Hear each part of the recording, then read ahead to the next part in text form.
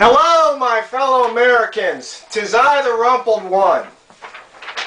You know, I'm really getting tired of the government lying to me.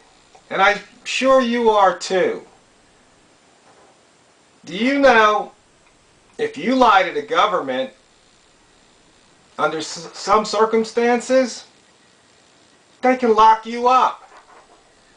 But when they lie to you, and they lie to me, when they lie to we the people, that's just politics as usual.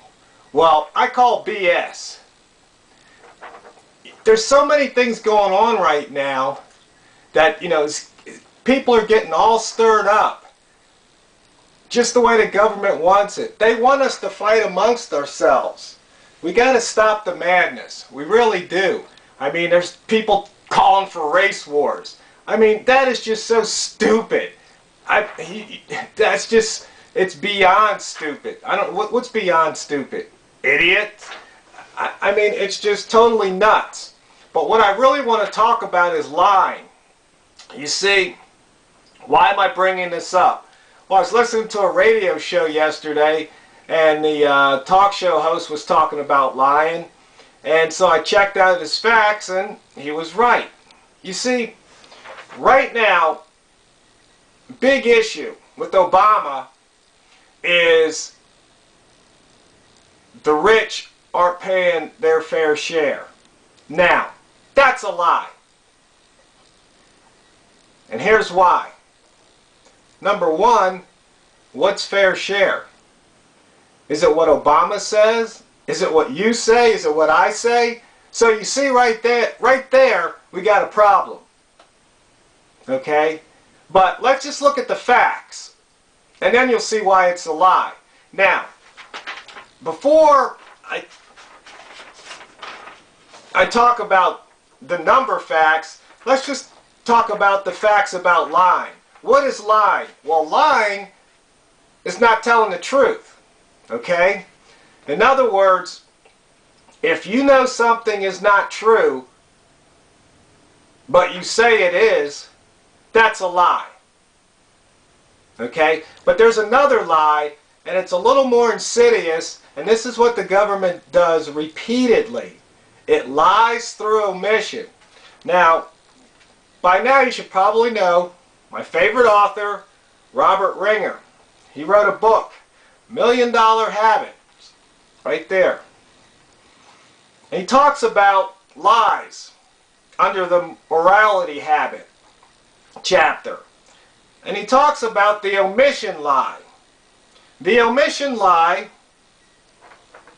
omitting relevant information, the omission lie, is one of the most frequently employed forms of lying and one of the most difficult to reconcile. Obama's saying that the rich aren't paying their fair share. He talks about Warren Buffett paying, a lesser percentage of income tax than Warren Buffett's secretary. And so most people go, oh yeah, that's not fair. Well, let's look at the facts, the numbers. The top 1% of taxpayers make nearly 20% of the income, but pay close to 40% of all tax. Think about that. There's 100 people, okay? And the tax was $100, one person would pay $20 in tax. I'm making it real simple here. Now, the top 10%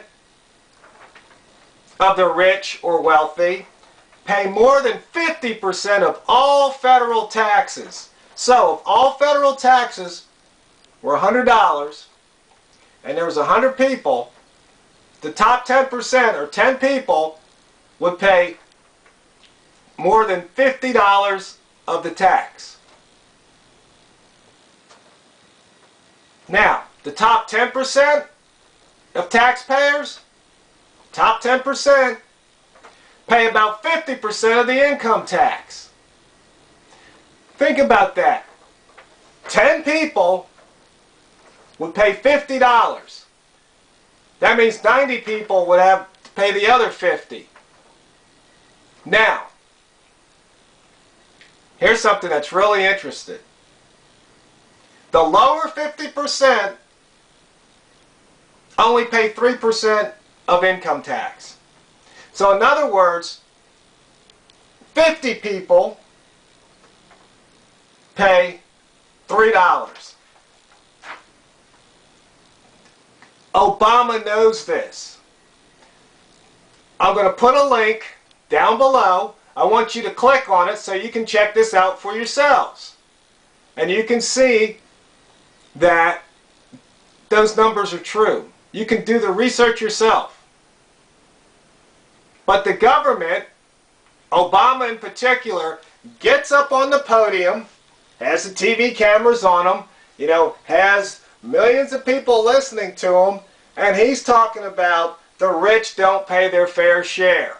So that gets the poor against the rich, and that gets the rich against the poor. Meanwhile, Obama and the rest of those people in Washington, D.C., they can go on doing what they do best, which is take away our rights and liberties and freedom, restrict us, and take more of our money through theft, because taxes are theft. Why?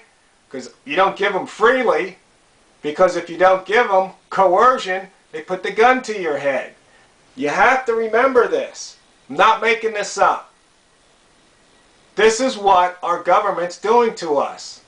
This is what we are allowing our government to do to us. This wasn't the way it was supposed to be. So, wake up, America! Smell the hypocrisy!